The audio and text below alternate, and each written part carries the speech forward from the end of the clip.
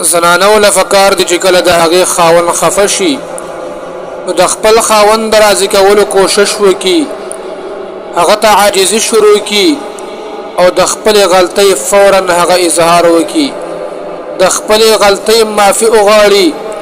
ځکه پیغمبر علیه الصلاة والسلام فرمایي چې بهترینه ښځه هغه ده کوم چې د خپل خاوند سره مینه کوي او هغه ډیر بچي راوړي، او کله چې خاوند خفه شي نو هغه د خپل خاوند لاس ونیسي او دا وایي والله لا اذوق عزما حتى ترضى، قسم په الله زه به هغه وخت پورې نه اوده کېږم تر څو چې ته راضي شوی نه یې. او چې کله خاوند خفه وي نو کوشش کوي چې د اوده کېدو نه مخکې هغه راضي کړم، او دا سوچ نه کوي چې غلطي خو د هغه ده، زما غلطي خو نه ده، بلکې الله تعالی ستا هر عمل ویني، هغه به درله د دې اجر درکوي.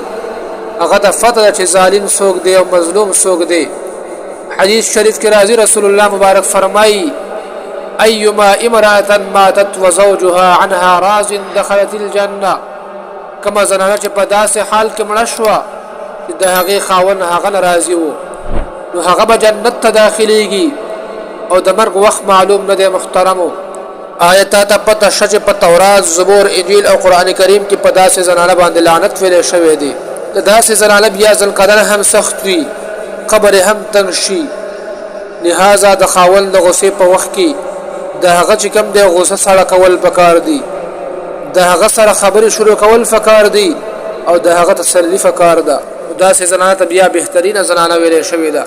الله جل شانه دې داسې صفات هغه په زنانو کې راولي. الله جل شانه دې زموږ په زنانو باندې د حیا او د عزت صادر روات شي. وما علينا